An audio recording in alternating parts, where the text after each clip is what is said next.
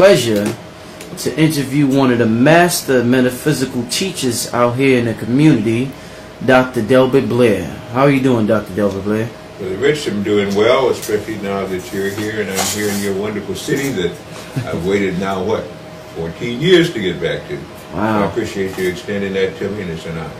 Yeah, well, all right, well, we got a lot to talk about. You got the lecture happening tomorrow. Today we're going to do the interview today. Try to get as much information out the master as possible. Before we get started, I want you to show the people, you have some information on the diodes. So I want you to show the people what particular information that you have that's extremely important for them at this time in their life before we get started. Okay, well, I appreciate the deference and respect. I'm not a master. I've never claimed to be a master. That's been a title sometimes it's been put upon me. But it's not a master. I can never master metaphysics, and that's the journey that I've partaken in this lifetime to understand metaphysics. You have masters around, I'm not one. As a student of metaphysics, which I guess I'll be for lifetimes, I find that there's really no other venture, anything I can do on this planet that's more worthy, more intriguing, more interesting, and more time-consuming. So with that one, I respect you and respect me for saying that, but I'm not a master. I'm simply a teacher, teaching some, learning from others, and that's about it. On diodes, now we can definitely talk about that. Diodes in general are two-way rectifiers if you're using electronics. Now most people get it confused because in electronics you have things that act as a capacitor and a channler which carry current. What these are natural products. There's nothing electrical about them. They're made from magnets and crystals, and the whole catch is a secret formula which nobody so far has been able to back engineer, and I've had them to say, oh, I can make this into, I said, hey, go ahead and try it. What they do is to stop the low frequencies that are in many things that are called now radiation from harming you as much as they normally would, and completely stopping them on some levels. Now let me explain that too.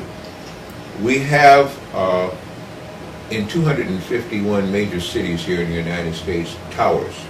There are 252. There's one that it doesn't. These towers have different heights, and the heights and the way they look mean certain things. You have some towers that are used for cell phones, for government defense switches, for carrier ways, for utility companies, and then sometimes some just plain boxes that corporations use to cheat and not have to pay for some of the facilities that are being used. But the ones that you see that are for the cell phones can be very dangerous, and the ones that you see that are 360 foot tall, that seem to have shields or screens up their veins on them, they're extremely dangerous. Those are used for mind control. The other ones, which I am now going to go into for defense of, are used to get cell phones and things like this working. All the cities now here are talking about Wi-Fi, and they're all talking about next year when all cities are major Wi-Fi. Well, all cities, 251 of the 252 major ones again, went Wi-Fi some time ago, which means that there is now a carrier wave, or wind, or an energy that is now transmitted without a wire directly to an apparatus. And one of the apparatuses that everybody has is a cell phone. What's interesting about the cell phone is that now, some people now have 2 and 3 cell phones in one family. They're getting as common as television sets, and when television sets first came out, of course, they were very expensive. Now they're economically feasible. So, when you use that cell phone, and I see you've got one there too, and I've got one here too, but the difference between those that are aware and those that aren't is what's on the back of this cell phone. And this cell phone here, there's a little gadget, and that is called a diode. Put that up. Let me zoom in. There you go. A diode that you see there can be bought by anyone that wants it. We're one of the distributing places and companies for it, and that's what it looks like when it's packaged.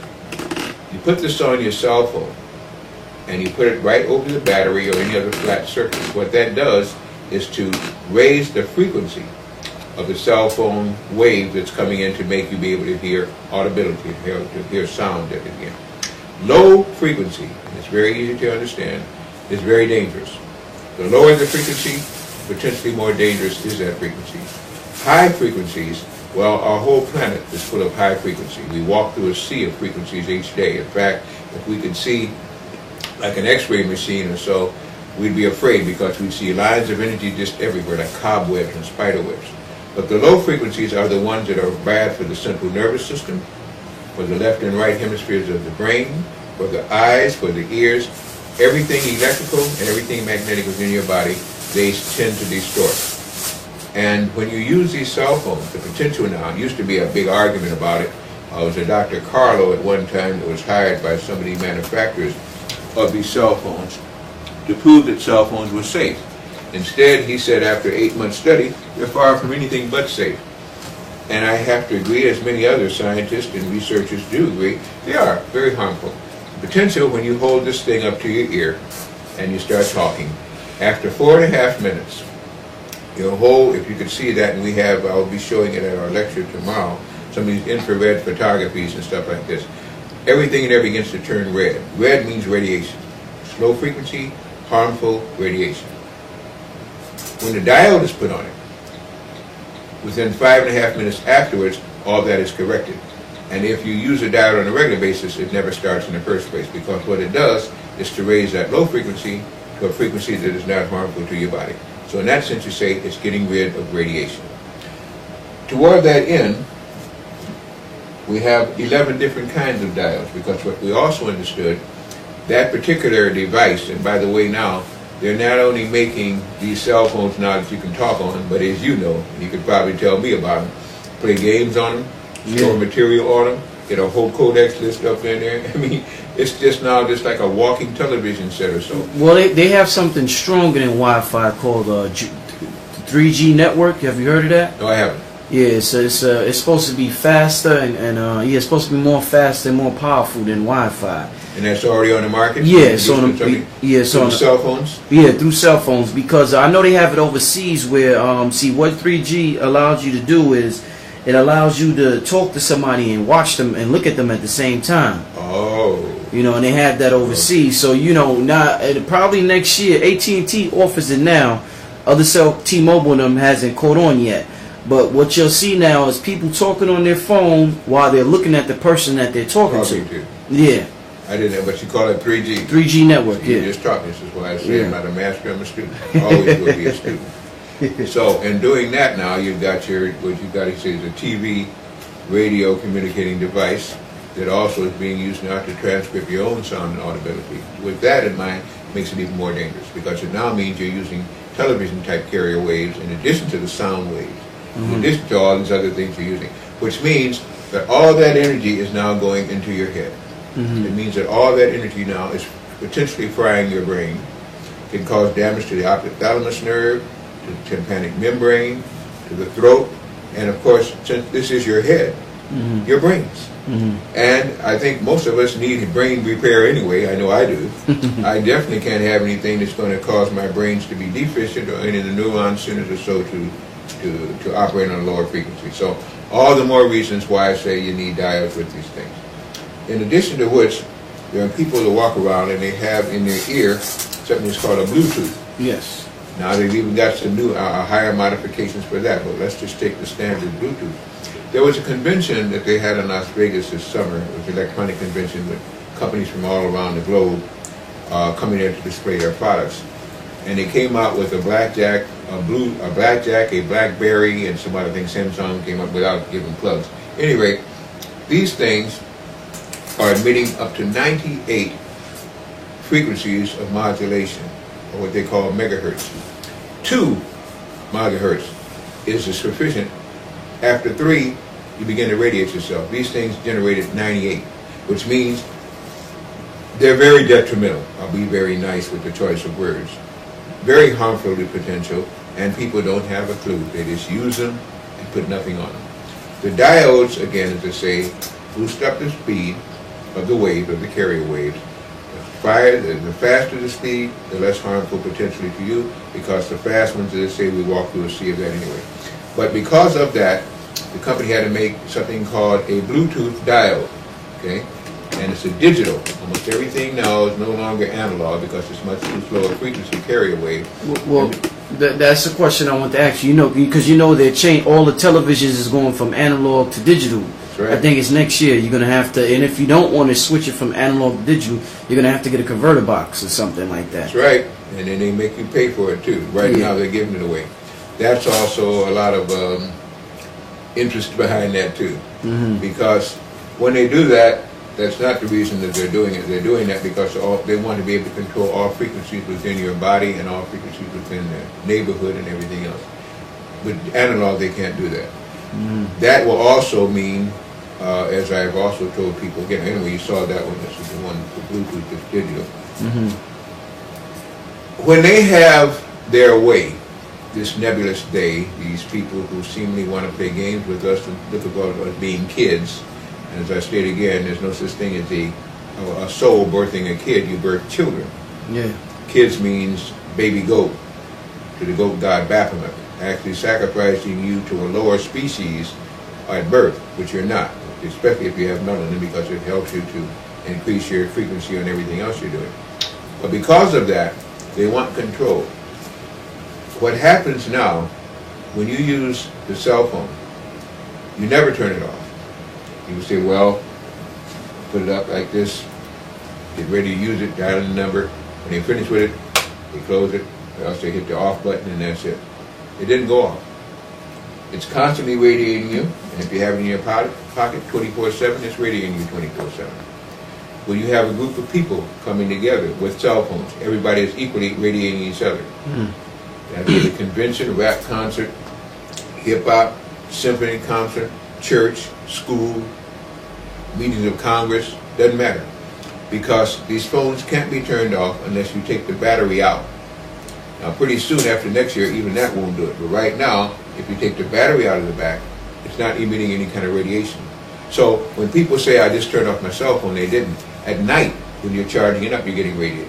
Along with the TV that's in your room, your radio that's in your room, your hair dryer that may be in your room, every other thing like this. All of these are emitting low frequency.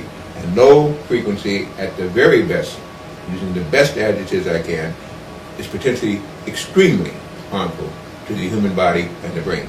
So because of that, we also had, with the company, what is called a slim pocket diode. This is the way it looks here. And of course we have a packaging in it again. Looks like a square peg of wood, a block of wood that's only about a ½ centimeter thick. It's very lightweight, but very protective. You put that one on the left side, one on the right side, and you're setting up now an energy field around your body that is protective. Of course, and people have said before, well, Blair, you said you can use one. Yes, you can. If you use one, put it on your left side. You said you can use two. Yes, if you use two, put it on your right side.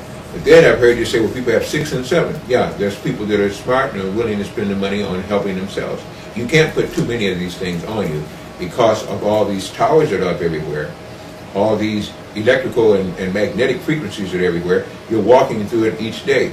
So the more you have protection to solidify your own body's electrical field and not have it tap just like a vampire would tap you, then you're protecting yourself. So you can't put too many on these bodies.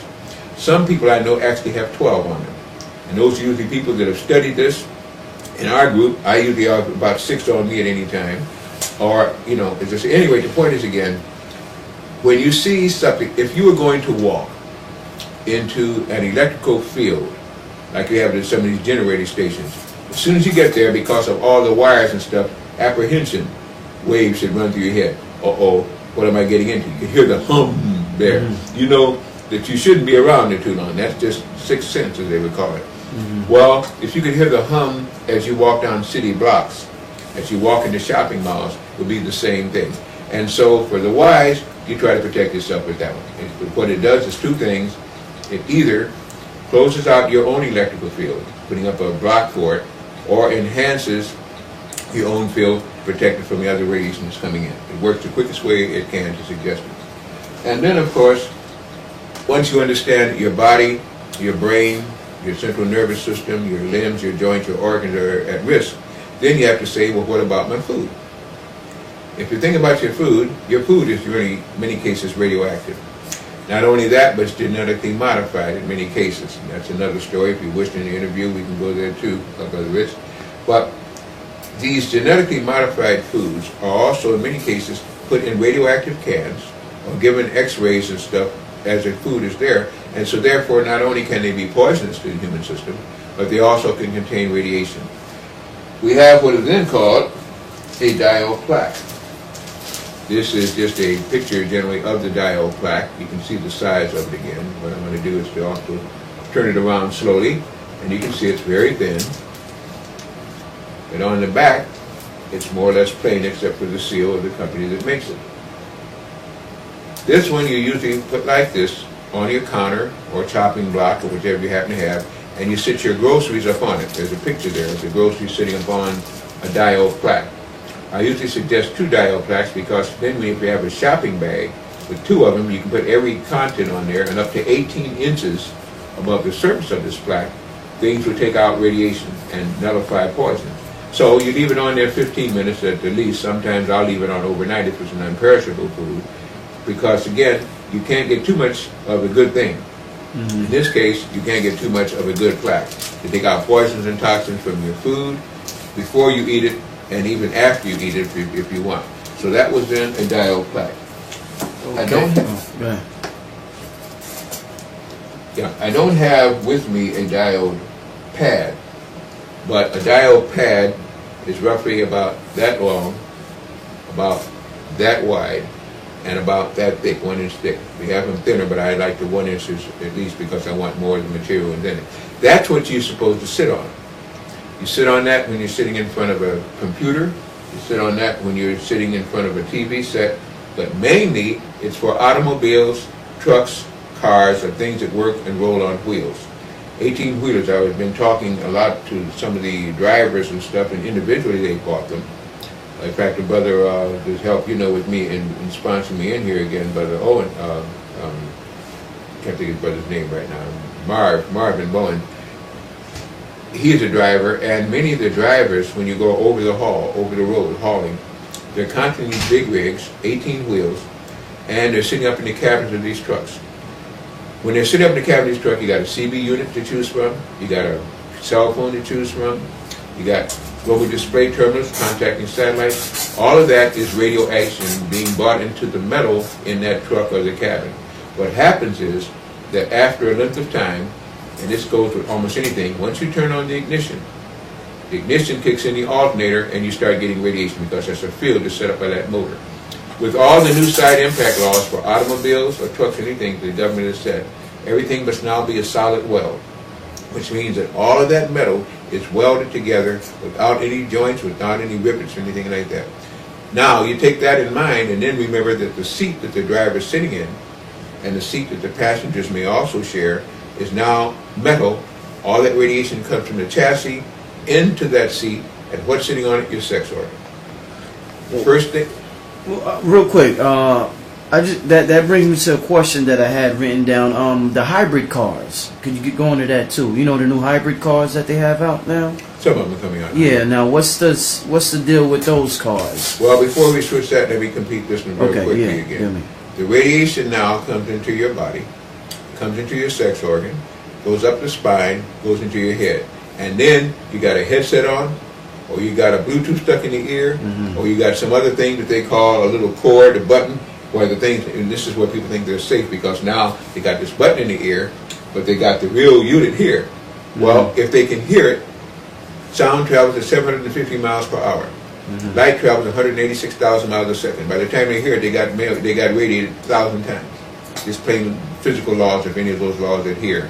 So I'm simply saying again, now when you're getting inside of this, pretty soon you're in a Faraday cage. A Faraday cage is anything that has energy all around you of a frequency that can be harmful to you again, can be measured, and yet you're doing nothing about it. So this is why I tell people, at least buy one diode pad for yourself. If you don't like your passenger, don't buy anything for them. If you got a family, you need to have that in the back too, because that solid weld now, whether you're in a truck, a rig, or a car, you're getting radiated. And many of the things with men is causing prostate trouble. It's causing all kind of genital things. It's causing occlusions and growth to get into the veins that are leading to the sex organ. At words, it's bad for the spine. With women, it's causing a whole different thing. It works on the mammary gland, but it also works on the sex organ there too, and it dries it out. What it does again, it causes all kind of harmful things to happen there. In addition to which, it's also working on your sciatic nerve, which runs up from your ankles all the way up to the buttocks, and pretty soon now that's getting radiated, so your leg starts to draw up. So I'm just showing you again, people don't even see that, and I say just purchasing a diode pad can avoid all of that. Now you mentioned on the new cars and things, that's another whole thing too. I've heard that they've got prototype cars running electrical, which they had a long time ago. They had an electric car that came out in '47. Just like they had the Tucker car that was working on a rotary engine principle. They banned all of that. Told people they shouldn't use it. Bought them off the market. Why? Because they didn't want you to use anything that is not going to run on fossil fuel. And that's another thing that's bad, because there's no such thing as fossil fuel, simply because it means that all the dinosaurs went to one spot and died, and you can tap into their decaying carcasses. This is not fossil fuel. There's nothing fossilized about it. It's a planetary fuel that every time you use it, you're harming your planet. That's another physical thing there too. But back to the cars you're talking about, we either have to work on electricity or magnetism. They're not going to release magnetism to the public because they use that in black projects. And that's not black with black people. That means black projects that are undercover projects. So they're not going to introduce that. So all you can do is come up with electricity. And if that electricity is low, then you're still in trouble. Because it's the same thing that happens now when you have a battery in your car. Turn on your ignition, kicking in your alternator. It's just that that won't have an alternator unless they have, it might have a resonator in there, but not an alternator, and you're still going to be in trouble. But they don't tell you that either. The only fossil fuel thing there is that carbon that is hydrolyzed and put moisture into the air that comes out of your exhaust. And as you know, again, if you have an exhaust and your motor is burning fuel, you put a banana in there, notice this, you put a banana something there, it's going to stop it up. And of course, it's going to make the motor either explode or die out, because it's going to stop up the air mixture. The whole thing is air mixture with it. If the air mixture is refined and good, you can put it back into the air, and you can put a catalytic converter on it to the air, and it will not be harmful. They don't tell you that. But if you don't, then you're getting poor carbon being released. And of course, this is always bad, because it's something that was original that now is being burned up, and you got a residue from it again. So I simply say this: understanding what I do about the kind of forces that now govern us. And of course, we always say it's our government. I don't know what our government is, because it's not for, of, or by the people at this particular time. Then it's a matter of what do you do for self, and what is this government, or what are these officials going to release that's going to be good for you. In most cases, and I'll take a break with you on this one, most cases, most of the things they're releasing and doing are not good for you. With the 1% of things they do that may be good, I see 9% of things that are not. So I simply say again, the hybrid cars and all, I have to wait and see which ones make the sales and which ones they let the public have. Okay. Now, I heard you mention before on ways to activate the right side of the brain. Now, the reason why I ask that is people are looking for, a lot of the questions I get on the street is things they can apply. Like they wanna apply what they learned. So everybody wants to tap into their psychic abilities. So a lot of the brothers and sisters on the street wanted me to ask you ways they could tap into the right side of their brain and use more of their brain potential. Well, to other brothers and sisters on the street, I wish that they'd come to some of my seminars, would buy some of the tapes, and I'm sure they will this one, or come out to invite me to their schools or their churches or places where they congregate and share the wealth. Because what I'm doing is to share some wealth now. It's information. Information is worth something. Now, if they are getting information that is worthless, then you don't have to pay for that. Usually that's what you get every time you open up a newspaper or turn on most of the radio stations. So without being mercenary, let me just simply say, I've been teaching how to do that for years. I have special courses that I teach. I have workshops that I teach, how to see the human aura, how to tune to your higher wavelengths, working with energy fields. All these are things that I've developed over time. Like anybody else that makes something, I made this, I make it up, and there are people that come to me for it. Now, past all of that, I will simply give one little hint as to one way that you can begin to do that. Everything that we do on this planet is of a low frequency. Why? Because our controllers made it that way. Everything that we want is on a high frequency. That's why when people begin to quicken, as they say, when they begin to speed up, when they begin to operate faster, things of a higher level operate fast.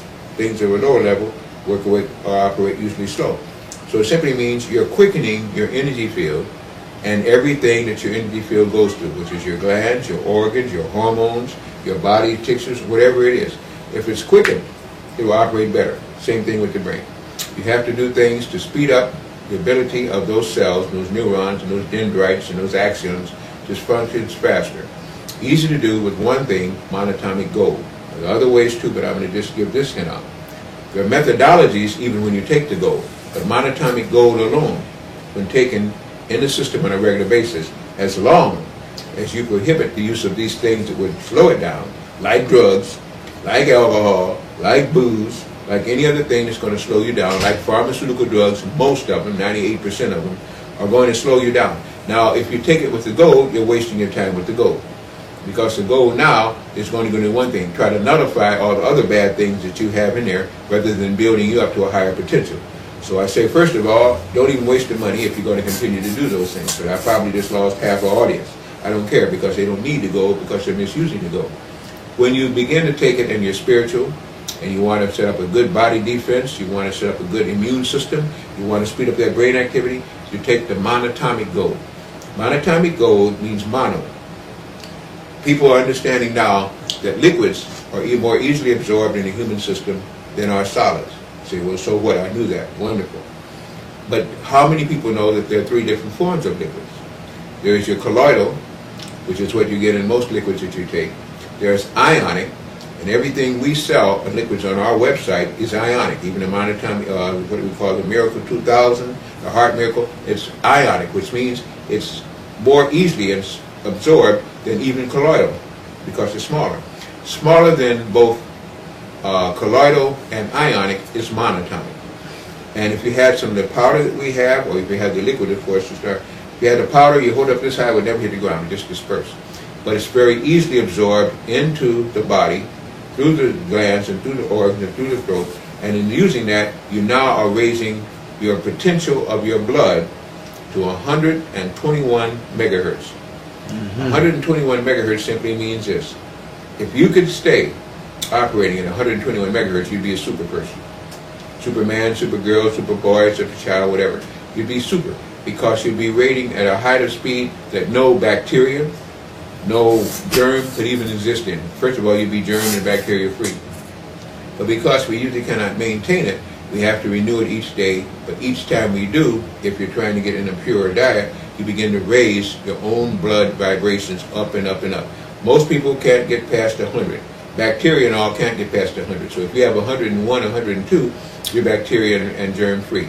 So that's the difference in using one method for speeding up the use of the brain. Take monatomic gold, goes up to the hypothalamus where your pituitary pineal gland are in, helps to work again to the left brain, right brain, helps to get right and left brain entrainment, which means that they both work empathetically, sympathetically, and anytime you need to go higher, it automatically switches over.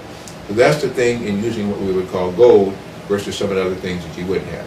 And then methodologies of study and meditation, that is what I teach, and this is where, again, in that methodology, you can begin to transfer that energy yourself.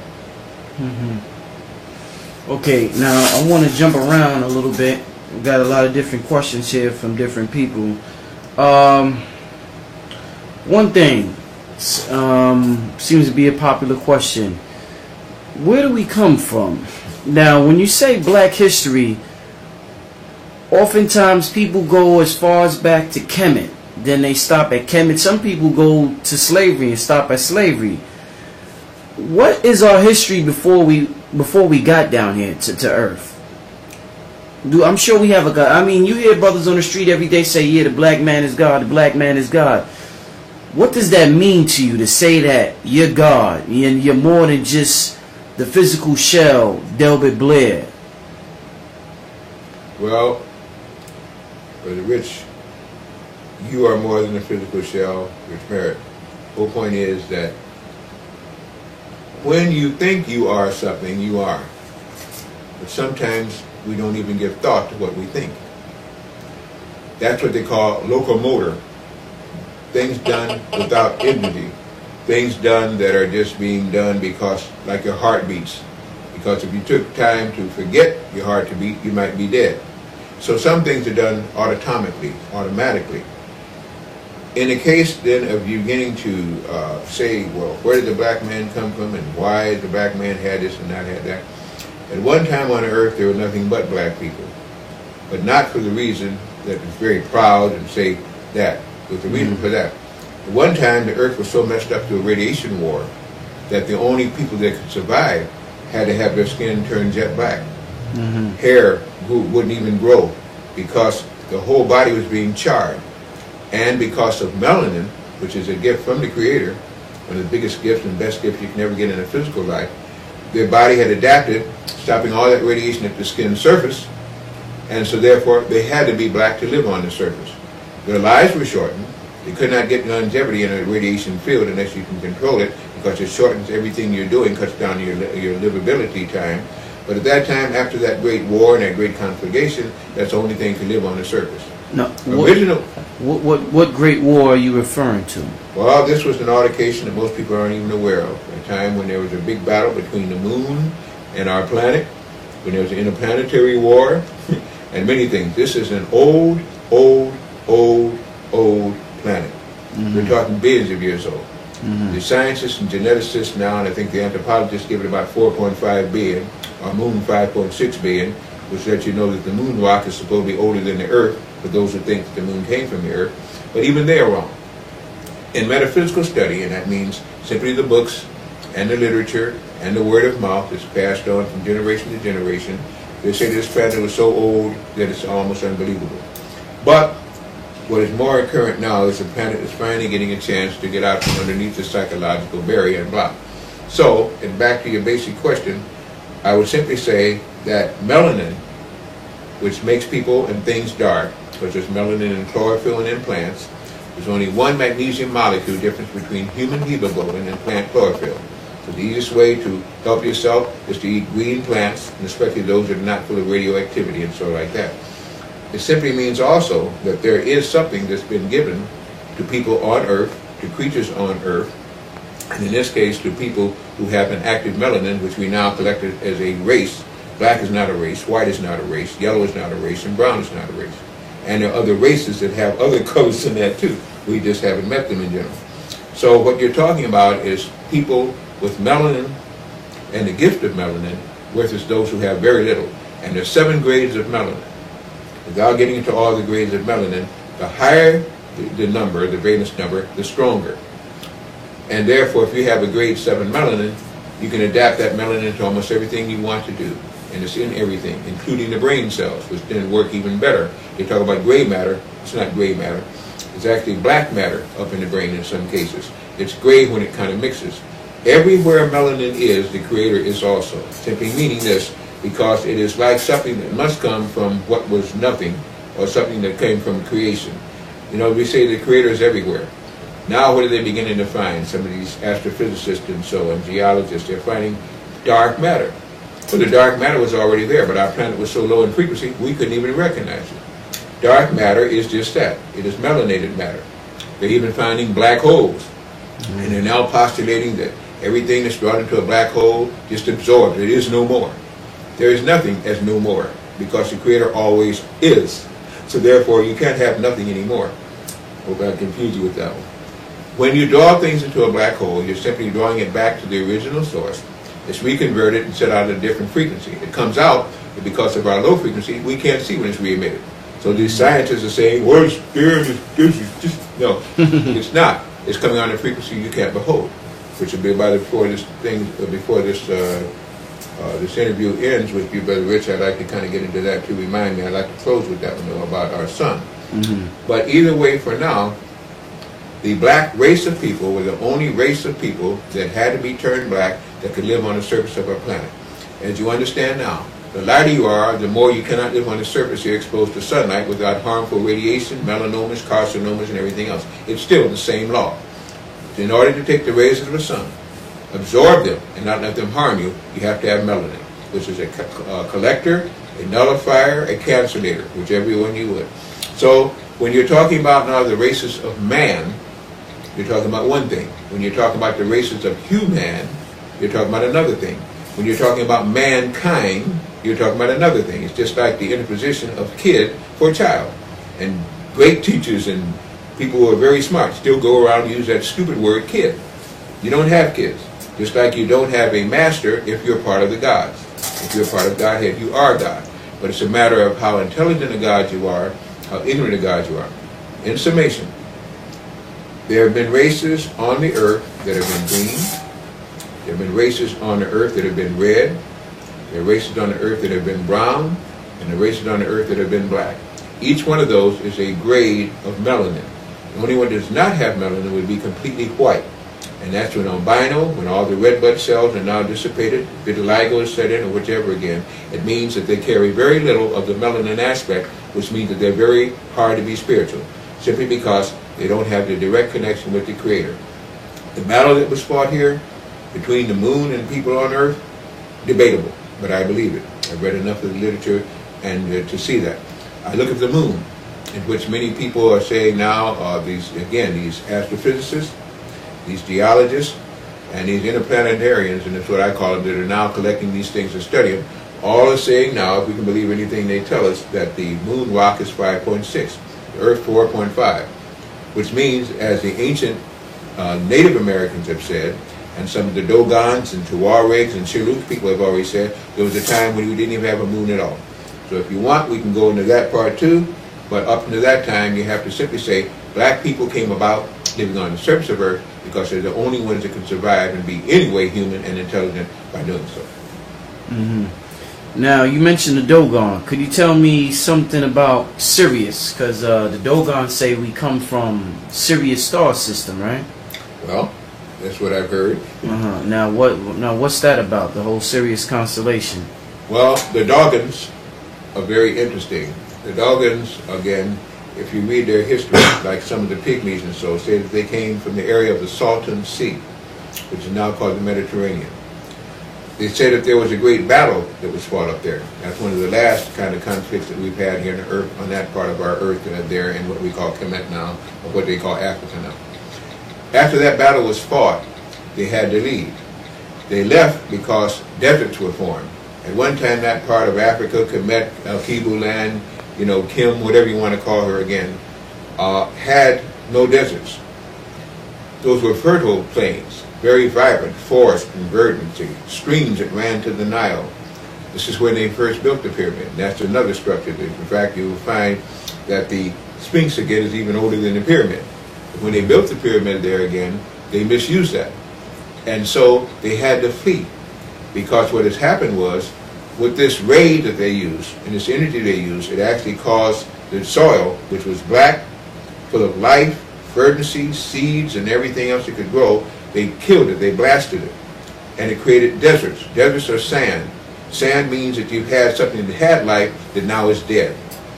And when that sand was created, it's through radiation. You still find that most of the deserts, or the Kalahari, whether it be a Sahara, people have even forgotten about the Libyan desert. Because when I was teaching school, I used to ask my students to say, on what desert is the Great Pyramid of Giza built? And of course, the response came in, of course, the Sahara. That's intelligent. Mm-hmm. No, it's not intelligent. It means a limited understanding of history. It was built on the Libyan desert. But that desert has enroached, meaning it has grown. And now it's just one big desert because of the radiation and the poisons and toxins that were released there. It's one of the penalties of the black man who were responsible for that.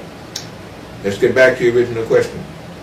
The Dogons then, all the way down there to the Cape, what they call it now the Cape, that's not what they called it then, and they had settlements there. But you will also find that the Cherokee and the Tuaregs always tell you the same thing too. But the Dogons then said that they were taught by a teacher by the name of Oannes. And Oannes, the fish god, came and helped them when they got that near the ocean because they said they could not survive in those caves that were there unless they understood. They knew what they'd run from, but they didn't know what they were running to. Off of that, they began to understand, as they'd always been told by their ancestors, that they were not of Earth, that had come to Earth. And it was said that the women were brought later, after the men were there, in what was called the Merkaba. And they actually call it the Merkaba van. That's where you get our word van, and connect with the word Merkaba, Merkah and Ba'avala. They also stated that a companion to this area where Oannes came from were other stars, and that those stars had planets, and that they were going back when they died or when their souls left the earth, to Canis Major and Canis Minor, the dog stars, the dog constellation. Canis Major, Canis Minor, which are referred to as the dog stars. Of course, most of the brothers now are hip to Sirius, and this is where they step in and say, well, Sirius A, Sirius B, there's Sirius C and Sirius D. Remember I said this to you. Okay? But all that means is not just a binary star system, but on rare occasions you can even get a trinary star system. And all planets and all suns don't have to show light. It's another thing that has to be understood. Because where darkness is, melanin exists, but it may be on a frequency that you can't understand. Not meaning you, but people in general. So that's the story that I understand that they tell, and they understood that if they can make amends with themselves, their souls would go back after this incarnation, back to Sirius or the dog star, where things were a little bit better. It's not perfection there either, but at least it's much better than what Earth has, because Earth took on the laggards, and that's another good story. When you say laggards, what is that? I figured you would. You got a revealing tape here, much more than I usually give. I usually try to segment into one subject for that reason. But in this case, I agreed to do it, so I will do it. The laggards were misfits, disenfranchised, nobody wanted creatures that lived on many planets within this particular system, within this galaxy. And there are many galaxies. Not universe now, I did not say universe, I said galaxy. And it was decreed that this planet, like 21 other ones, or 22 in fact, was to be like a I can't call it a zoo, like a hotel with many complexes. It allowed different creatures to come together on one planet. That's why on this planet you have all kind of animals, birds, fish, people. You have hot, dry, deserts, snow, waterfalls, salt water, fresh water. Everything here is like a habitat, a perfect habitat for almost anything that wishes to come here. The one prerequisite was that they were supposed to try to learn under a certain time span, and then they could move on. Well, some of them there, they never got cured. They were recidivists. In this case, they brought in, since they had great teachers here, and a wonderful, beautiful planet. This planet is beautiful if you've traveled on it at all. I've had limited travel, but I see it's beautiful. They came here to learn and to be re-educated and to be taught, or to be confined until they could change their ways. Well, what happened was the great teachers here thought that with all the kind of things going on here that they could do something with it, but they found that some of the laggards were incorrigible, and instead of them coming here to learn, they killed the teachers and began to teach themselves. So we got a big problem here, and those are what they call too, is the time of the return of the laggards, or the bringing forth of the laggards. The white race, or I don't know if you want to refer to them as a race. David Icke, other people as well, talk about reptilian shape-shifting. Blue-eyed, blonde hair, Queen Elizabeth, George Bush, they have the ability to shape. Now that theory is mainly speculated upon in the white conspiracy theorist community. In the black community, we feel as though they can't shapeshift. They don't come from nowhere but the caves. There's nothing spiritual about them. They wish they could shapeshift, but they have no spiritual essence to them. How do you weigh in on the whole shape-shifting, reptilian debate that's circulating, whether it exists or not? Well, my 3 cents that I'll throw in is that there are shapeshifters. There have been shapeshifters on this planet since the time it was organized. And even when we go to the 5th dimension, which I want to end on with the sun thing, there'll still be shapeshifters. Now, what is a shapeshifter? How does a shapeshifter shapeshift? And if they don't exist, why do people ignorantly believe that they're shapeshifters? You shapeshift every night. Every night we go to sleep, and nobody questions where do we go. I've often asked, do you punch a ticket? Do you have a transfer? What vehicle do you use? How much fuel does it take? And where do you go? Everybody on earth that has a soul sleeps. Unless you're very refined, and even then you may sleep at least once a month. Sleep merely means that your body can no longer hold the soul because it's run out of energy. and the body becomes so despicably horrible to the soul that until it cleans up itself, the soul leaves. So each night you die. You will die every 3 days, or you will die standing up. People go to sleep standing up. People had guard duty, just going to, they'll still be with you, they're still there. But you have to go to sleep because the energy in your body is not strong enough to maintain you. So you have to get out so the body can renew itself. You, as a soul, go out and receive some energy, jump back into the body, and then you go. Now, if that is the case, then you have to ask, what trip did you take? Where did you go? What is the action? And what is the reaction? That is another whole case of study. But I simply say, each night we die. So death is only death when it's final, for what we think is final. When we die each night, we're going to be reborn. If not, then you got obsequies, funerals, and everybody's mourning. If you do, hey, you made it back. But sometimes we get back with trace memories. We have a dream. I said, oh, I had a REM state, and a rapid eye movement state, and I dreamed this and I dreamed it. It seemed so real. It was real. Because you got out of the false reality which doesn't exist on this planet to the real reality that does off this planet where you came from. That's why many people don't like to return. Many people get lost out in space and consciousness. This is why when you start talking about the speed of something, it's incalculable, the speed of something on a planet like this, because this planet is so low in vibration. Speed of light, speed of sound, no such thing. It doesn't exist in the internal world that is external to the Creator. Only exists then. When you're next to the Creator, there is no such thing as time.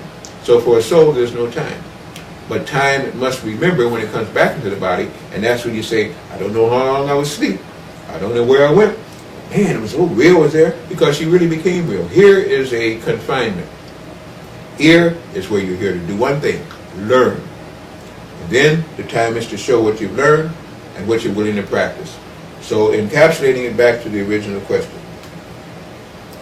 When David Icke and so are talking about people with souls and people without souls and shapeshifters and all, he's telling you the truth. There's a soulless wonder and there's souls.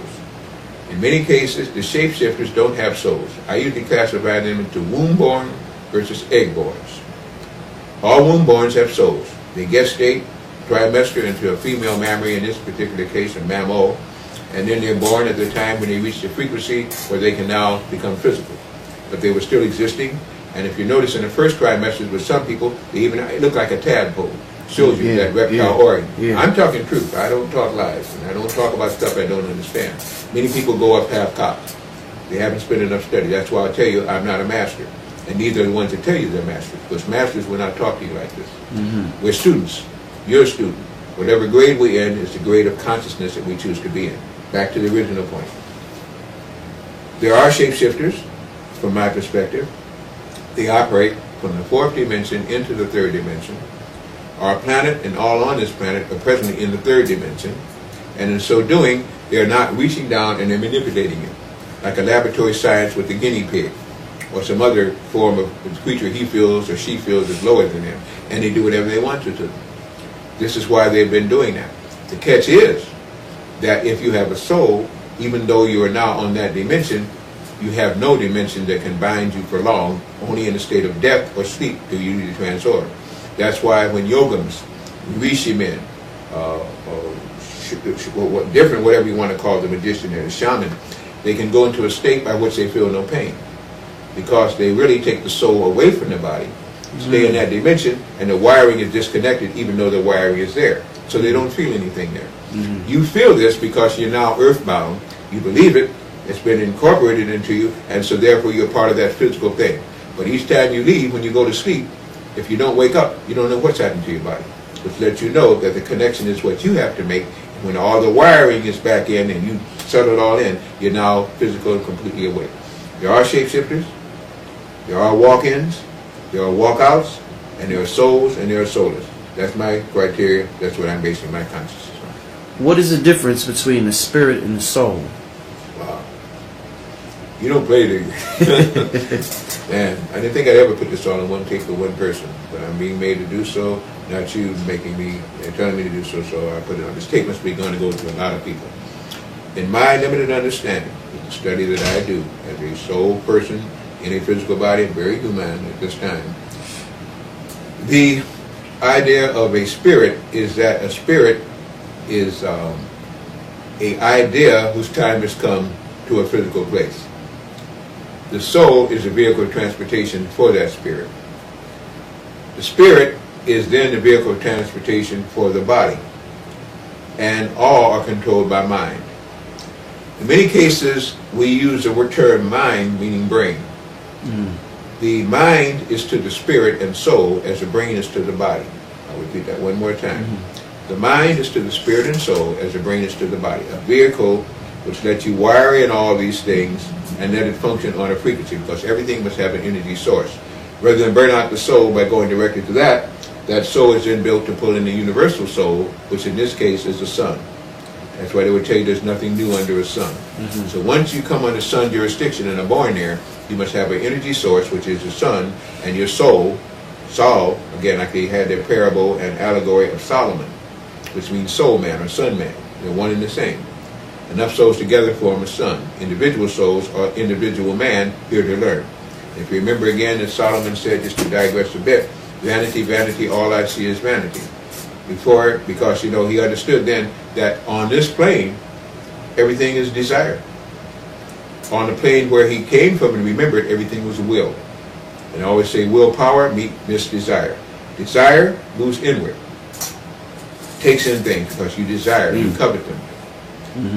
Will moves outward. You command them, you demand them, and you're part of them.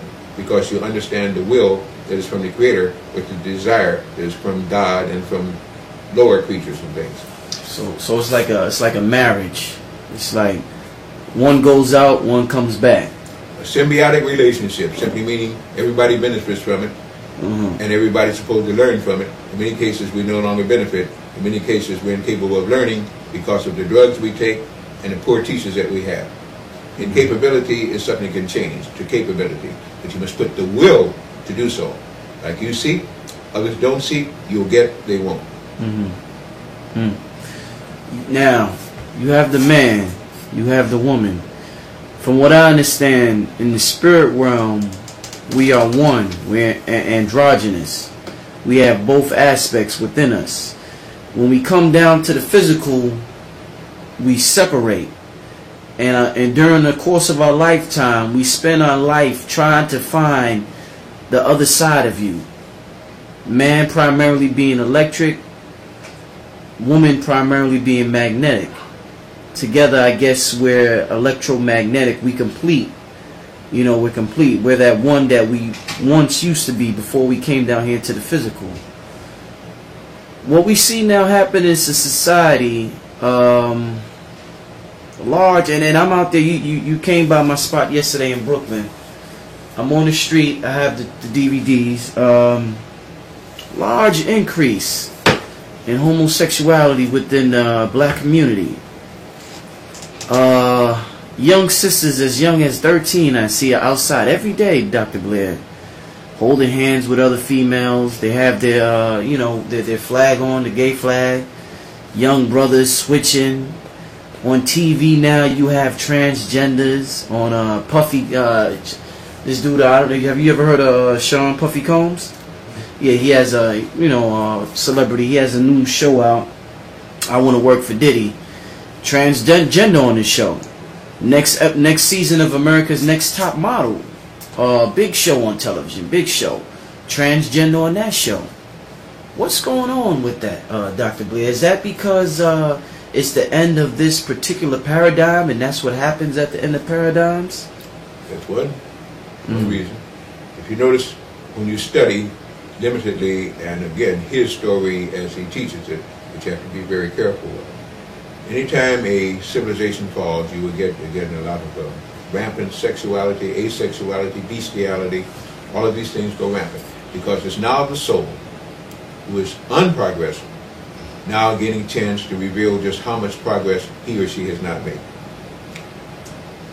Heterosexuality means to have self-love. But you say, well, heterosexuality is when I have another partner. Not so.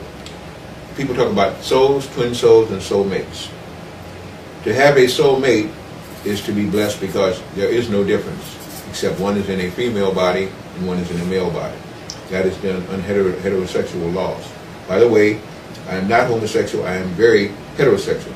But I talk now as a scientist and a researcher of metaphysics, wherever the truth lay, go. In many cases, transgenderism and like transvestitism and so on again are deviations from the mind when the brain is not sure of what it's about. Fear induces things to retaliate against. Helpfulness and non-fear lets you be comfortable with what you are and seek to understand why it works as it does. I simply will state this in summation, and it's much too big a topic to close this quickly, but it could lead into a lot of thoughts and a lot of debates and so on like that. If a soul has had a good mating at one time on a planet like Earth, understand, third grade frequency, third dimension, and falls in love, and then one part soul devours, or goes, or dies, that mate is then gone, and then they're left there, where's my mate? Sometimes the sorrow is so hardful that the person wants to die. On souls, it means that anybody can mate. Mating is done every day. Twin souls mean that there's a lot in common. Soulmates mean that they are one. In fact, they found the other self, but only expressed in a different kind of body, which lets them even enjoy each other more. But if that soul gets out of kilter, and that mate has gone on, and then it is reborn, and the other mate's still looking for the soul it didn't have, but back here not knowing where to look, especially now, again, as the world is becoming smaller, still searching for something inside that is no longer inside because the person that they thought that they were with is now gone. So therefore, that other person now incarnates back. But maybe both of them now have incarnated into male bodies. Both of them incarnated into female bodies. But the bond is still there mentally. The bond is still there in the soul force, and they recognize that person in another body. Now, before, say they were heterosexual, but now one is a man and another is a man, one is a lesbian or a woman and another is a woman, and now they still feel that attraction. In many cases, when you do drugs, you can misinterpret that attraction. Because under the influence of a drug, the animal nature is brought out, the spiritual nature is suppressed. And so therefore, they're now attracted to each other there, but without the guidance of doing it without booze and liquor, they now would not even mate, even then. So now you're finding a free soul in a planet that is now quickening, that is now able to express it as they see it. And so therefore they search for their opposites in any sex and any body that it's in. That also can be done through genes and hormones.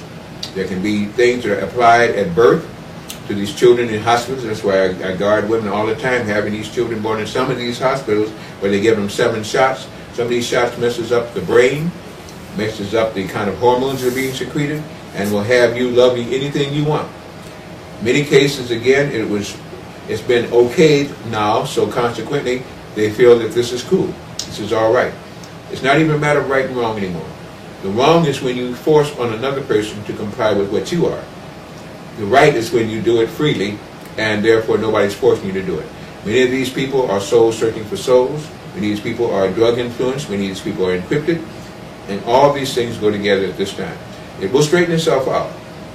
Because if you notice again, it used to be in the past, those that were very messed up sexually became so ravishing and horrible that they called it war.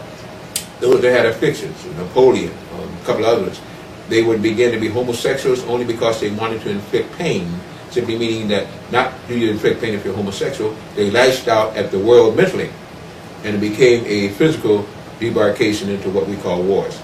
It's a very complex situation, but I gave you 4 different examples of how it can come about. Interesting. Okay. Yesterday while we was outside, the brother Rashid, A.A. Rashid, big ups to him, he asked you about the Moorish-Mars connection. Now, I mean, for years and years, since I was a little kid, I mean, this TV and this white boy, he's been infatuated with Mars. Is there life on Mars? Is there life on Mars? We're going to try to go to Mars. They got the rover out there. They got this. They said they found a face in Mars. What's going on in Mars? Are there civilizations that exist in Mars? And can he go out there? Or can we go out there? Under a sun, all planets are hollow, or else they could not have a sun. Under a moon, they better be hollow, because without that, if you had a solid and a hollow, you'd have clashing and stuff like this.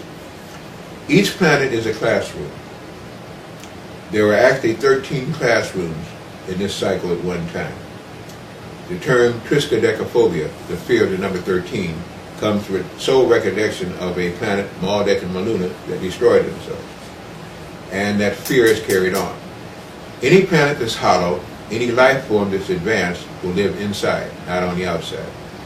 You're limited, and the age, what is called EXD, E-X-D, and age transmutes to a person, or translates to a person who lives on the surface, because you're exposed to too much radiation, the planetary radiation, plus the sun radiation, plus the moon radiation, and you will die. You cannot have longevity on the surface of a planet in a physical body. But if you go inside a planet, the atmosphere inside is more cloaking, much more magnetic, which leads to longer life. People get taller and so on like this under a magnetic field. In summation,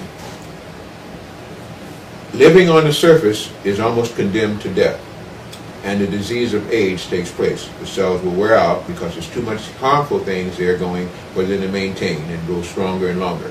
Inside, giants can live because now instead of your life force being taken away, you're cloaked in magnetic field, which leads to stronger growth, leads to longevity, which leads to better usage of everything you have. Because we're all individuals in bodies learning. On the surface, age takes place. So, I say all that to say, if you're looking for intelligent life forms, you look inside the planet, not on the surface. The intelligent ones have had wisdom enough to go inside and become wise, live long enough to have more wisdom and exuberate that inside. On the surface, it's a temporary thing. That's what it's supposed to be while you're here to learn, and then you decide what you're going to do. On Mars, there are melanated people living inside of that Martian atmosphere. The movies have tried to show that when you had some of the honest producers, the people who wanted to tell you a story, tell it in the cloak form, like the Spielberg and Lucas in their series, they would tell you again in their own way that they're inner Earth beings, exterior Earth beings, and astral beings. Either of these is a way to live, but it's on a different dimension. No, it's on a different vibrational rate, same third dimension. So, inside of Mars are said to be black people. I use that collectively because there's no such thing as a black race. Melanated people, they look a certain way. And the best way I can describe how they look would be what we call the Olmecan statues that you see everywhere. That's what they were taken from. They were from the people that came from Sirius by way of Mars that came here. In many cases, those were the Martians. That's why they're now trying to hide that fact. That's why they don't want to show you that the face on Mars is of a Negroid-looking woman. I have to use Negroid. We're going, Caucasoid, Anthropoid, Mongoloid, all this kind of thing. But it's of a black woman and with dreads. You can't be more descriptive than that. What they don't like to tell you, there was a post office that was there on one of the islands they invaded, and it had Our Lady of the Pyrenees and Our Lady of the Islands. Lady of the Island stamp was of a Negroid woman with dreads. And it showed one of the goddesses of ancient time. Now the Greeks gave us the word goddesses, so I'm just going to use that for the term that we best understand. And it showed this Negroid woman as being from Mars. It showed her as a planetary beautiful woman. In other words, could bring forth many races from her. What that was saying was that out of melanin many things can come. And they invaded that island. They tore up all the stamps. They wanted to get rid of that Lady of the Islands there again. But if she would take a solenoid reprint and put that over the face on Mars, she would come to life. It shows the same thing there, that the Martians had come here, that the Martians who were the Olmecs were here to teach in time, and then at the time they left. They left after having a great battle, a great conflict, and I won't go into that. It takes too much more time. But they had a great battle that was fought here when the Olmecans tried to defend against the Dracon and Dracon robots that came back here. They lost that battle simply because they refused to let any more souls have to be, expired through that daggone process. But they also left us with the same thing that could get to where they are: melanin, pyramids, crystals, and magnets. With that, if we awaken, we can use the same thing to do what they did. They did it, and then they had to take away the crystal, the all-seeing eye of the pyramid. They took away all of the grand gallery, that whole thing that made that thing become a ray machine and a transporting machine. We see semblances of what was, but we know within our hearts what is. touch on reincarnation. Do we choose to come back here, or do we have to come back here to learn a lesson? A quarter, a third, what you choose. A third, which what you have also done, and a third granted by the dispensating consciousness at that time is what you need. People say, if I just follow my first mind. If we follow our first mind and our last mind, none of us would mind. Using trigonometry now. We are what we think, eat, and drink on the physical plane. We are what we think on the mental plane. We are on all planes.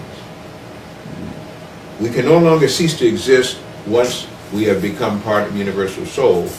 Then anything can cease to exist no matter how much you smash it or tear it up. It's still going back to what it was in the first place, pure mind. When we understand that death is only a state of consciousness in which we die, but the state of totality can never die, then we understand where God's experiencing a little bit of a change in environment because we needed to, because we wanted to know more when we understood everything. The more you specifically try to learn one thing, you're channeling yourself into one directive. That's a dangerous thing. Because we're all comprehensive, we should always be trying to understand by expanding what we already have, rather than getting one little facet and concentrating upon it. This is what's happened here. We're concentrating on one little facet of existence, a third-dimensional planet. Got so transfixed by it that we let those who we should be teaching teach us, taught us to use bodies, jump into them, forget where we came from and who we are. There's now the problem. So all right. How exactly did we lose knowledge of who we are? Because we went to false teachers, believed in God and religion, and began to be retold a story that we used to tell to them. Therefore, that we helped create became our masters. Okay. Let me all right. Now I hear a lot of people speak about, you know, we every day on the news you hear about this war in Iraq, the Middle East, whatever. A lot of people say that there's a Stargate in Iraq. Do you have any information on that? There are many who go with the concept that the names that we use now are not their names that we used before, and I agree with that because languages change, dominance changes, and the people make the language of whoever rules. Who as the ruler sets the rules. Mesopotamia 1, Sumer, underneath Iraq, Iran. You got the old Persian Empire and the Ottoman Empire still fighting back again. You have the Ptolemies fighting again. This other guy, I forget his name. That's a story that's been played out so long we should be tired of it. But because we have not learned, and because nothing new under the sun exists, and our sun is now becoming bifold, we must now go through that again. You must be able to remember what you forgot in order not to forget to remember again. Follow me? I'm trying. All right. Once you do that, then you think, this is it. This has never happened before. This is Iran. This is Iraq. This is America. This is Europe. So on and so forth. Lies.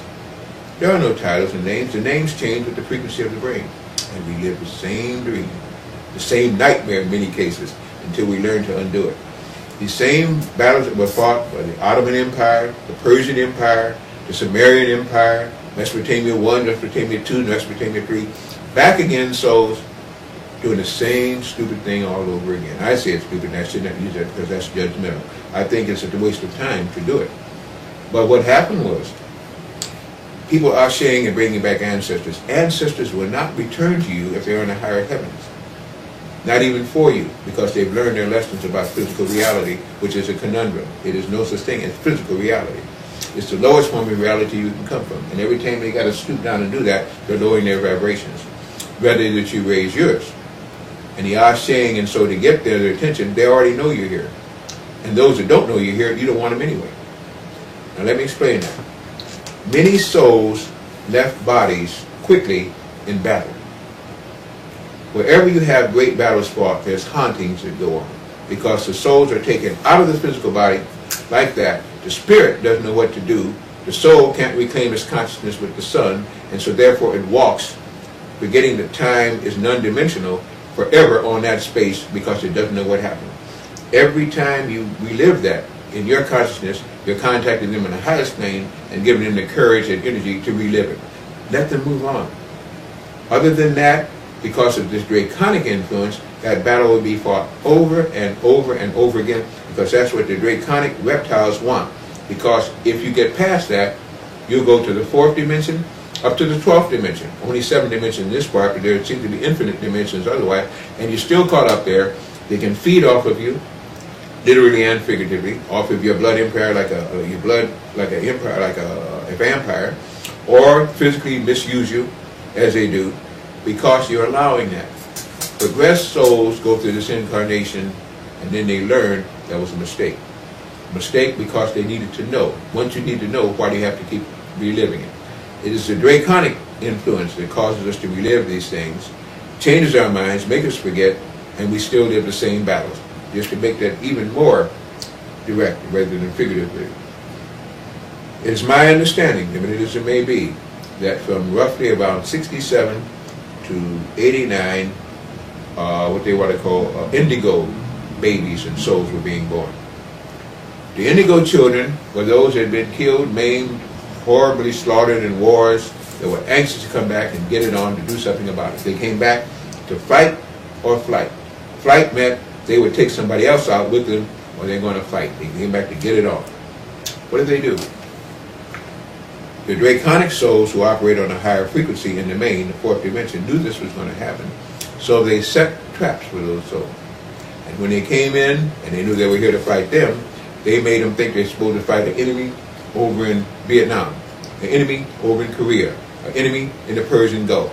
Give them false analogies as to reasons for that to happen. And then they went off and they did what they wanted to fight.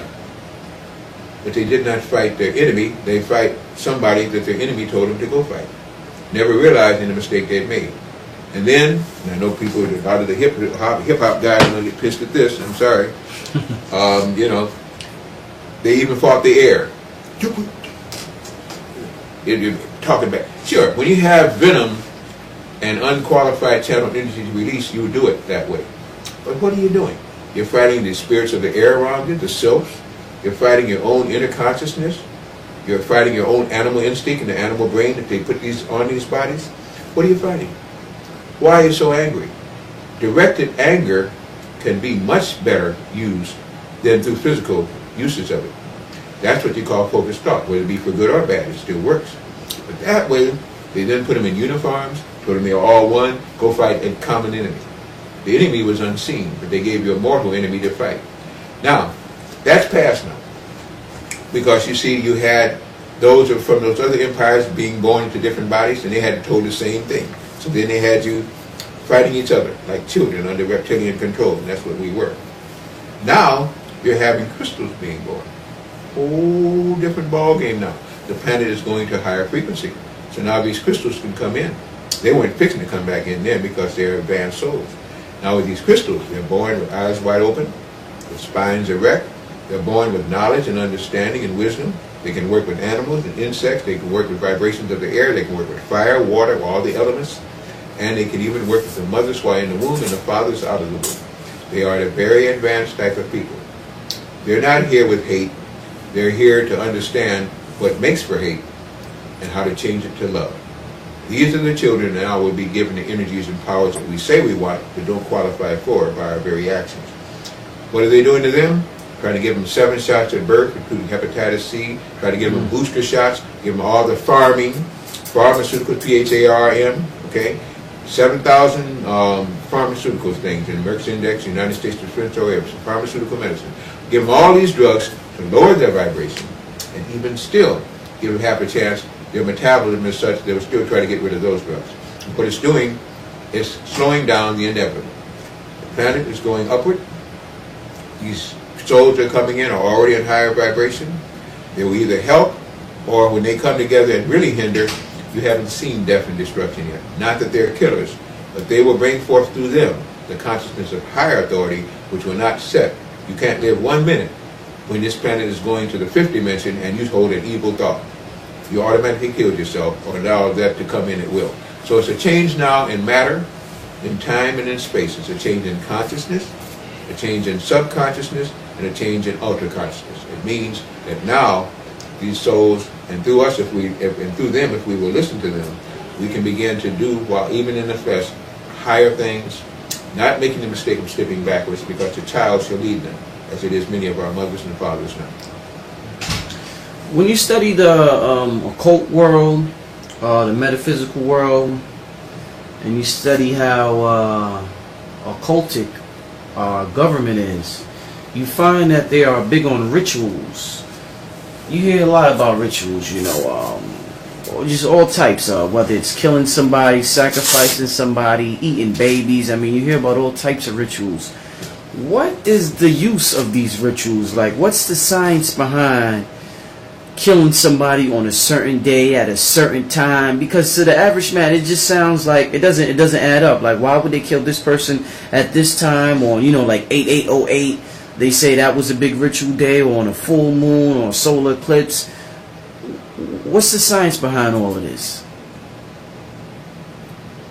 Well, we've just had a 4-day full moon, which supposedly is impossible.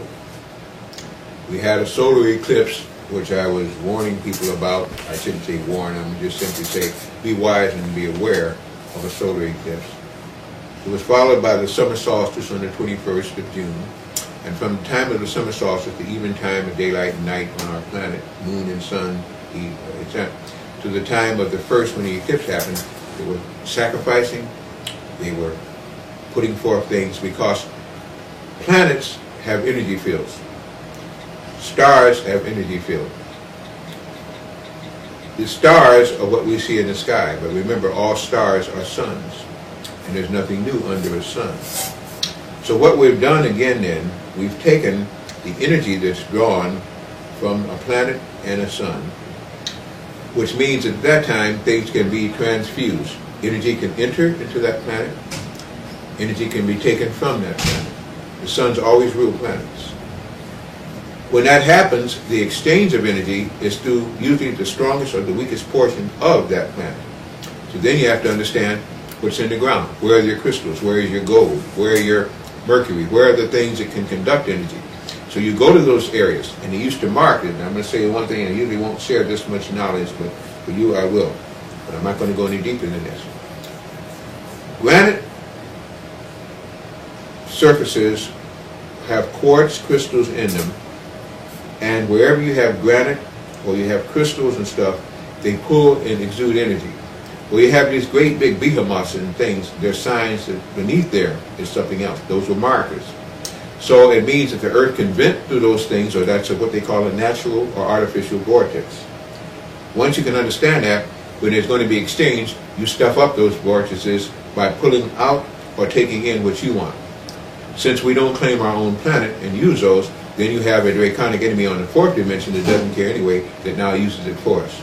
There'll come a time when we'll take back the powers to understand where the planet breathes and goes, and use them ourselves. Even then, they still have to make sacrifices, because they still can't, with all of their so-called mind control, cannot do it. They have to have that human blood, especially with melanin because of the high vibration, to still get it done.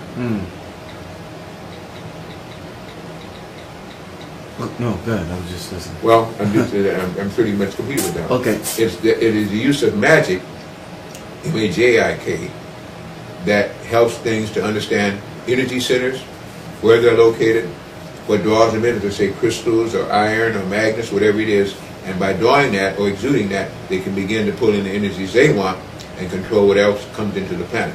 The planet is receiving 7 rays all the time minimum. But what ray of light that comes in that we should be using, these draconic individuals have now used magic to channel only that which they want us to get, and even have the nerve now to pull from you that other higher source, or to make you get rid of it yourself. Now this draconic race, force, or whatever, you keep mentioning this, that they exist on the 4th dimension and they come down to the 3rd dimension. How did they come about? Why would the universe create this draconic, this evil energy? How did this evil energy come about that's constantly trying to suppress us? When the souls left the mind of the universal prime creator, they took on self-analysis. And that they knew when they were combined with the all, they then forgot when they became one soul. And that's what's called the journey of the soul. Then, in not understanding that whatever you think on the soul plane exists, they begin to think, well, what is the opposite of all this? Because all this is going like this, what more is there? They begin to give energy to what more there was. And created in their mind everything. This is why they tell you to guard your thoughts closely and be careful what you ask for, because you might get it. Those are sage ideas. Most of these ideas that you see reduced to one-liners have taken in a lot of thought.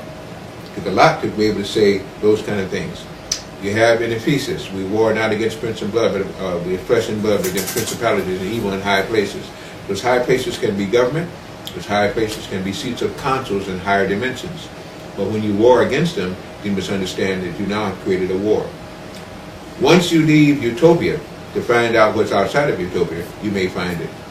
And many souls have done just that. Therefore, they gave energy to their mortal enemies, those who have no souls, because they were waiting for souls to get weak enough so they could take in the bodies that they left. When you have perfection, why do you seek more? But the questioning under the sun is that you will. And most of us do. Later on, we refuse to hold certain thoughts, and they train you to do that. Once you do that, you're taking back the journey of the soul and not letting those that you've created control you any longer. Interesting, very, very interesting. So this draconian energy, is it always, I mean, like, you see what we're going through now, we're going to go through it quicker than things will get better down here on Earth, but let's say 100,000 years from now, are we going to be going through the same thing down here? Years mean nothing. Time is nothing. It's what is learned that is different. You won't be doing it down here. You may try to do it up there, but dimensions have no parallel. They have no ups, no downs. This planet you will not be doing it on, because this planet, and now I'm going to get into some mating qualities and say I want to do this near the end of the tape, so I hope that you're ready for that, because now when I move into this is where I'm going to pretty much explain everything I can explain or want to explain at this time, or able to explain at this time. The planet is going from the third dimension to the fifth dimension. It simply means you're going from kindergarten to advanced degrees. No, to college and universities. You skip middle school and high school. If you do that, then you are supposed to have a little bit more knowledge, which is supposed to be leading toward wisdom, and a little bit more perfect than when you were as a child. Remember the old thing? I was a child, I spoke to the child, I did the child, looked at the child, and I became a man or a person in consciousness. I put away childish things. The planet is putting away childish things. It's begged for it. It's asked for help. And that help has now been granted. The planet has been allowed to go from the third to the fifth dimension. On the fifth dimension, they don't war. On the fifth dimension, they don't have a lot of evil, negative things. On the fifth dimension, they can travel in mind anywhere they want to go. On the fifth dimension, they create as they go if they want, or they understand whatever they create they're responsible for, so they don't use creative energy silly, like we do. We throw away our sperm, we throw away our egg, we throw away our energies, we throw away our minds, we throw away everything on drugs. You cannot make the mistake on the fifth dimension because you won't remember how to do it. You had to relearn and recall how to continue to do the stupidity and this ignorance that we practice here. That will be taken away. But it will be taken away because now you're willing to have that being done. We have now, say and choose my words carefully, 2 sons. I always say, well, some people have 3 daughters. But I mean son with S-U-N. Our planet needs magnetism. It is magnetic energy that was interfered with when the moon was steered into to do this. This is what the draconic forces did. Under a moon, things don't go right. In fact, original sin was the moon. That was the name of it. Sin. It's called in sin. Later on, the natives here called it Luna. And of course, from Luna, you get the word lunatic. It meant that any time that generating thing that was called a moon was in place, it changed the frequency to electrical. Electrical is not what you need. There are 3 types of energy that a planet under a sun can utilize. Each one will decree what will be born on it and what will happen to it. Org energy is the highest one under a sun. Org means organic, orgasm, organism, original, It is orb. It is from the Creator. It is the highest form of energy of a planet to use under a sun. Step down from that is magnetism. 3 forms: north, south, and null, or polarities. The null in there is where all these wonderful ships operate on that people don't believe in again, because it nullifies everything else. And in the null void, you can go to higher or lower. The magnetism has a high frequency and a lower frequency. Beneath that is electricity. We're not only now operating on one of the lowest principles to still operate on, but the lowest part of that, extra low frequency. I have a tape out called Elves, not Elves, are killing you. Extra low frequency, elf waves, not elves, these what they call gnomes and trolls and things like that in the inner world, are killing you. Extra low frequency can give you nothing of value. It takes everything of life force from you. I have a presentation while in town, and I hope I can even give it. You'll find out, called Life Force. Once you get to that kind of operative level, you're so low in frequency that everything that is a higher plane almost you forget or you can't even channel to handle. To get that done, the earth started crying out and said, enough. I've gone through this. Earth is a being. By the way, a planet is a life form just like you. Like life forms live within and on you, you live within and on this earth. This planet got help from the Creator, from the Creator gods, from the Universal Prime Creator, and was given the dispensation to have a second son be brought in here. And the second son is now brought in here. I don't know when this tape will be shown, but tomorrow, as I speak to it, I'll be getting into that even more so in a lecture that I'm giving, thanks to you brothers bringing me in. But on this frequency of Earth, the magnetism is what was asked for and given. So another sun came in. It was first seen. It was seen about 2002. It actually came in 1999. That's when they started the big diversion, which they now call the wars that were fought because of supposed 9/11, another big tragedy that never should have been, really didn't happen the way it was blessed to happen anyway.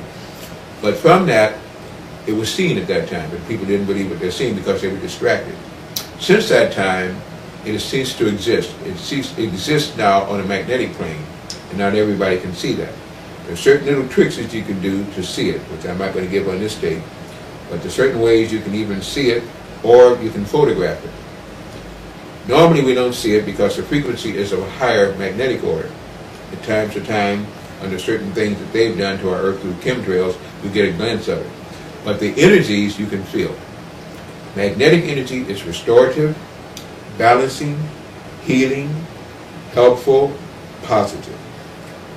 That energy now is flowing throughout our planet, and it's causing people to be restored, to be balanced, to begin to think deeper, to be more spiritual. Electricity is what they're putting up with these towers, and that's one of the things I talk about, the towers of terror.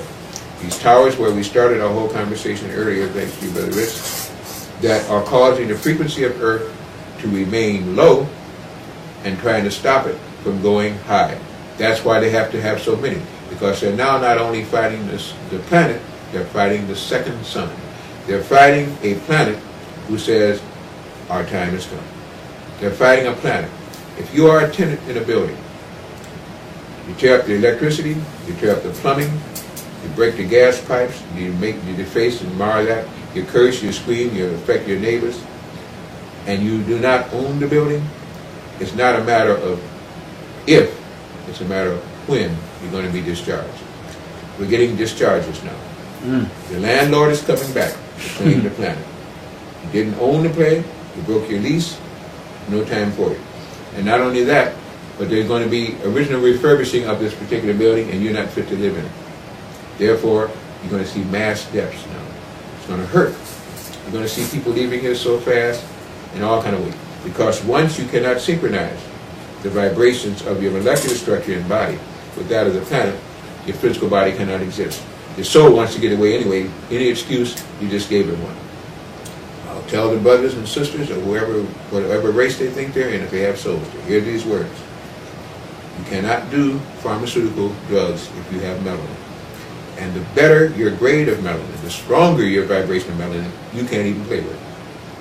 If you play with it, you die or get sick. Because death is dis-ease. This eases is imbalance in the magnetic field. Easement is when, it's like an easement you take property with. Diseasement is when you get one out of line. Our planet seeks balance. You must seek balance. And you cannot get balance through pharmaceutical drugs. You are herbalist. You do seeds. You use roots. You use leaves. You use sunshine. You get natural fermentation. When you do the drugs, and if you notice now on these commercials and advertisements, they'll tell you use this particular drug to get this results. And then in the background, it takes them a whole 2 minutes to tell you all the side effects that are happening. Yeah. They're telling you the truth. But even so, if you're already doing the drug, you will not hear the truth because you're living a lie. When you live a lie, you will hear the lie. Your vibrations are what you create within your mind. Now, you must go back to natural. You must use focused thought. You must use magnets. You must use gold. You must use diodes to block these other things to give yourself a chance to even get the power in you to pull down the higher resources. We have a second sun. It's magnetic. Our planet is more and more becoming magnetic each day. That's why the poles are melting. Everything materialistic is dissolving. But you can get through that if you can raise your vibrations to match that of your planet. If you follow the false teachers, the false drugs, the false methodology, and the falsity that is theirs, you will stay there captive. Worse than that, they even vamp you. If you will stop it, they will not be able to even touch you. You cause too much offensive, and what they'll have to do, they have to send your own kind to get you because they can't. And they have many readily people that come to soldiers and policemen and everything else and take you out even when they can't.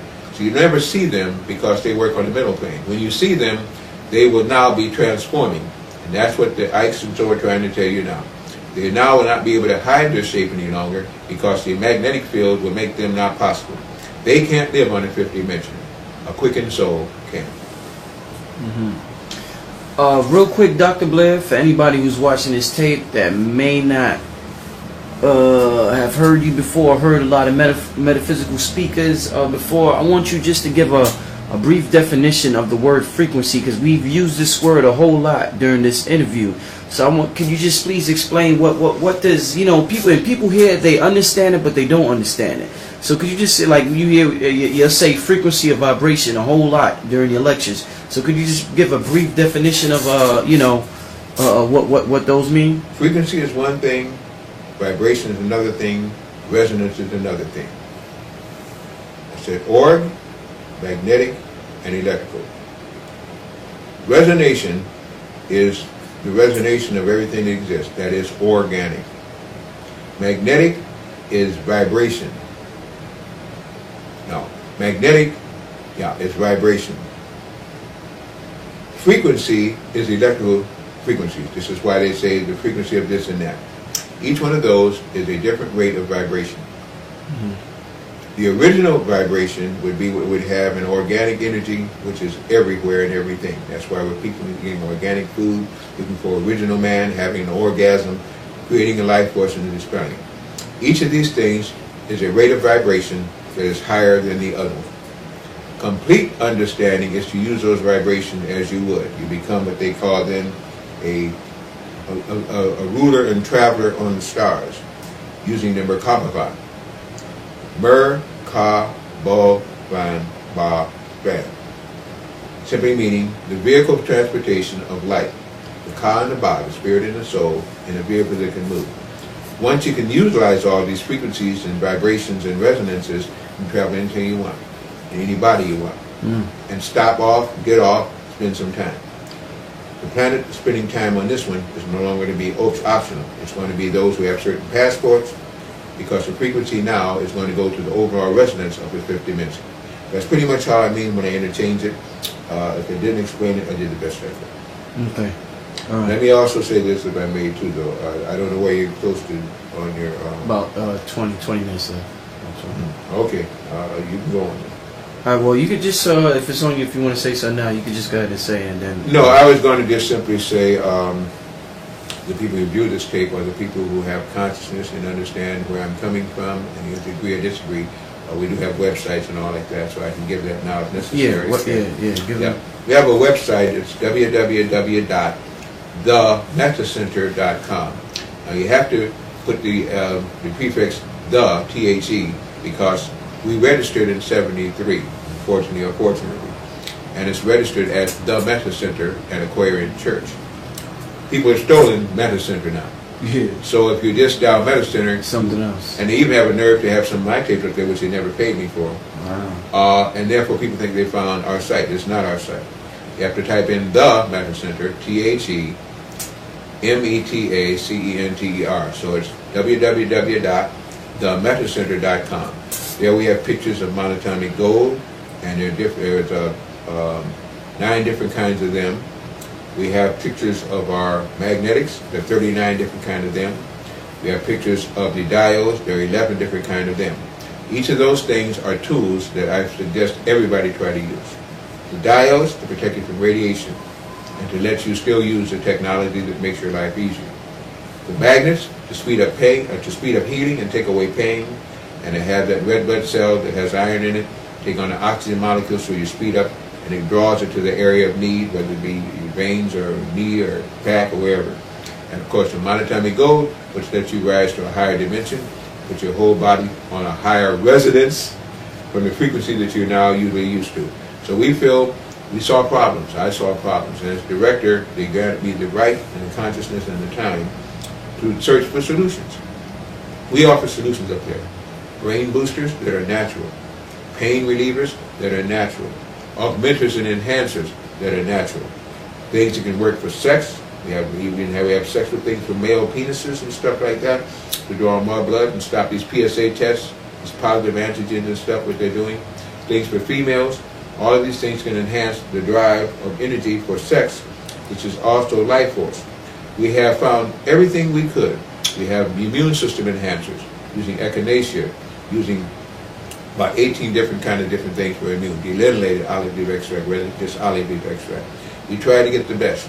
And of course we have, the monatomic gold, which to me is one of the best things you have. We have it in a liquid form, which you take it, it goes to the small intestine, or we have it in a liquid form that can go and aspirate, go up to the hypothalamus. We have it in a powdered form. The powdered form is the best for psychic ability. It'll help you to dream in color, even help you to astral project in three days' time, in 3 nights' time, if you would. The catch is, don't start using the gold if you're not going to give up your bad habits. And if you know they're bad habits in the subconscious, the gold will bring that out and make you argue with yourself. Because you cannot lie to yourself, even though people try. To lie to yourself, you have to use the drugs, and you have to get out of it so you can then lie. Gold brings you into it. So then you'll really begin to see demons and everything else, because now you don't know what you're doing. So we have things that are offered there for helpfulness, but it's for people who are willing to make the stride, who understand the quickening, and are willing to work with themselves too. So that's what I give up. His phone number, of course, on our landline is 708-422-6685. 708-422-6685. 24/7, somebody will answer, or the machine will answer, but it will tell you how to get directions to it. I do give lectures. I do give workshops. I have 4 workshops that I give. 1, human aura and how to see it. 1, law and lawlessness. 1, understanding and operating on energy fields. And the other, again, knowing who you are, why you are, and where you are. Not what you are, but who you are, why you are, and where you are. These are things that I give. Hopefully people will be interested enough in giving. I thank you for letting me put that in near the end of our tape and the end of your time. Of course, of course. All right, now, we are constantly here, we know in this metaphysical community that our thoughts create our everyday reality. We are, as we sit here in this room, a collection of our past thoughts. Somewhere in your life you thought about being in New York doing this interview, and somewhere in my past I thought about being an interviewer. So that brings us to this physical manifestation. Now, it sounds easy, your thoughts create your reality, all you got to do is think a certain way. But for some reason, people aren't creating the reality they want at all, brother.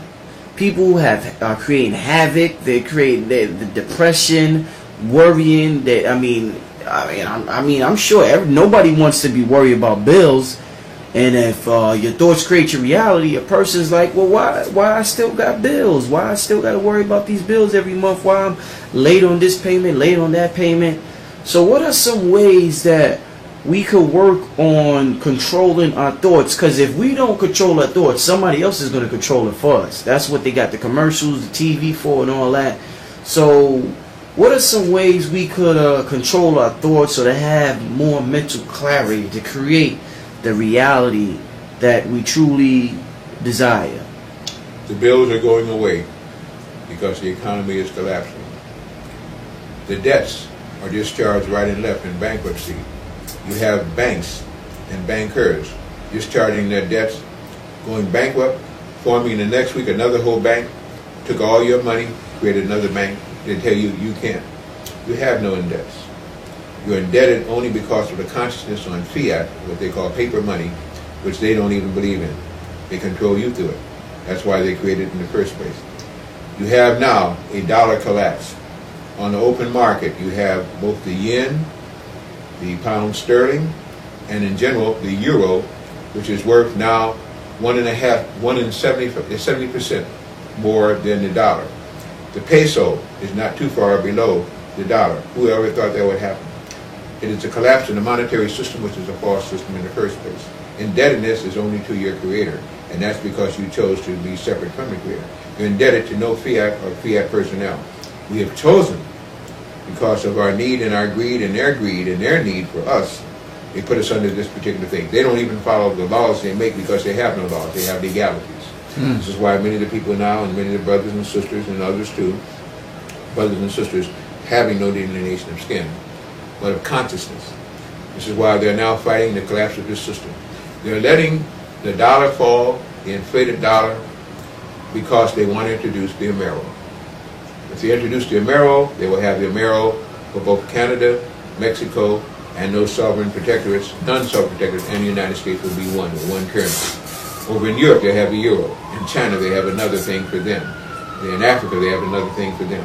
They want to be able to control people's buying habits and people's minds through fear and the use of one currency now. Right now, the whole economy is gone. They tell you your credit standard now. Well, if you're finding out now, it's even been brought out that the fiat money fee, which is excess fees paid on debt loan, is now more than the original loan. That should never be.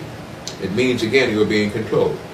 Now people say bankrupt, right off the bat they'll start making a deal with you, because when you go bankrupt, you give up the thought of ever paying back fiat money because you've already paid, and especially if you have melanin, where they've already used your labor. You know, people are trying to get reciprocity again, like this, and repatriation, and so on like this. Anything here means to undo something that was done before. Forget that it was done before, you forget why you're here and why you're in the circumstances. Remember, but then no longer obey their laws, because they are not laws. They change their laws every day. They change their lawyers every day. In these cases, we change our lawyers when you find out they're already crooked. Okay? So I'm simply saying there's only one law you have to obey. Universal law. Universal. When you do that, the indebtedness begins to dissolve, as it is now, because people are saying, you're taking my home. You got an adjustable rate mortgage. You take away the equity in my building. You devalue my property. If they can tell you that Pluto didn't exist, and then bring it back 6 months later, they can tell you your bills don't exist, but they can bring it back 6 months later in the form of fees attached to it. We're living in a false economy at a time of an awakening. All this will pass. Those people that are wise are going into gold, going into silver. Why? Because the value of the paper dollar is worse than that of the other, and no matter what they change it to, at least these other precious metals can be used. But keep in mind one other thing. They're only usable under a system that we're recognizing. People do not carry gold bullion in their pants, in their pockets, or their purses. It is an accountability thing that is stored somewhere. Accountability means mental. You're always as rich as your mind lets you be if you're following natural law. You're as rich as they let you be if you're following unnatural legalities. They are not legal. The planet will soon have a time when all you'll be able to do is to exist through consciousness, getting what food you can, what water you can, because all this other will be taken away. It's a horrible thing to look at, but it must be about for the ascension of our planet. And this is why we're seeing all these things going through now provincial that should not even be. Interesting. Very, very well put, I must say. Thank you. Okay, so before we close up, is there anything additional you would like to add or to say to the people that, will view this tape? Focused thought. You are never without hope. If I thought with all the hells, thinking of hell as being a burning place and bad things happening, that I have been through in my ignorance, only to have enough sorrow and sadness to understand wonderfulness and gaiety when it's brought to me. I now know how to live life. I had to learn that your loved ones, things that you relish and so can be taken from you, but your thoughts can never be taken from you. Now I've learned how to enjoy life. I've learned how to get rid of some fears. You say, how can you say what you say? I can't say anything more. They took my wife, who was very much in love with me. They took my money, which I had a lot of, but could have had, trying to save her life. And I understood that money is a thing and a tool. Happiness cannot be bought. If a soul brings you happiness, be happy. Don't ask what will happen tomorrow if they leave me. Live for that day. Each day that you live and renew, you bring forth more of the same thing that you're now used to. Each time that you fear it, you're putting a cloud over what is already happening to you. I'd say focus thought. If you focus your thought, each night before you go to sleep, don't just go to sleep. It's like a precious vehicle that you take into a bad neighborhood, leave the keys in the ignition, the doors unopened, and walk away. Tell yourself what's going to happen to your body. Demand as a God to the universal crime creator, your Godhead, that this be given because I am aware, and my demand is only what I can pay to honoring you, understanding that I am a child, but I'm still seeking help. And then see what happens to your life. Things change as you change. Focus thought now. Get rid of your worst enemy, because it puts you on a plateau where you don't have an enemy. They recognize this and they'll leave you alone because they won't even see you. To them, on the mental plane, you're invisible. The only ones that will still try to come after you are the ones they've mistaught, created, and then they will find soon that they will be powerless too, because when they start doing some of these crimes under a full moon or a full sun, they will get sick and turn on themselves. You're going to see that happening too. Armies turning upon themselves because of the consciousness. Focus your thought. Be happy you have life. Live each day fully as though it was the last, and you'll find that there'll be many more that will come to pass. Very, very well put, brother. Well, signing out. This has been a pleasure. One of the best interviews I've ever done in my short career as a videographer. I look forward to doing many more interviews with you, brother. Once again, my name is Brother Rich. You could catch me in Brooklyn Monday through Saturday on Fulton Street between Hanover Place and Bond Street from about 11:30 to 6:30. Dr. Delbert Blair, once again, a pleasure, and I'll see you tomorrow at the lecture, brother. Brother Rich, thank you very much. Creator bless us all. Stay safe, stay sane, and stay sovereign. All right, peace, brother.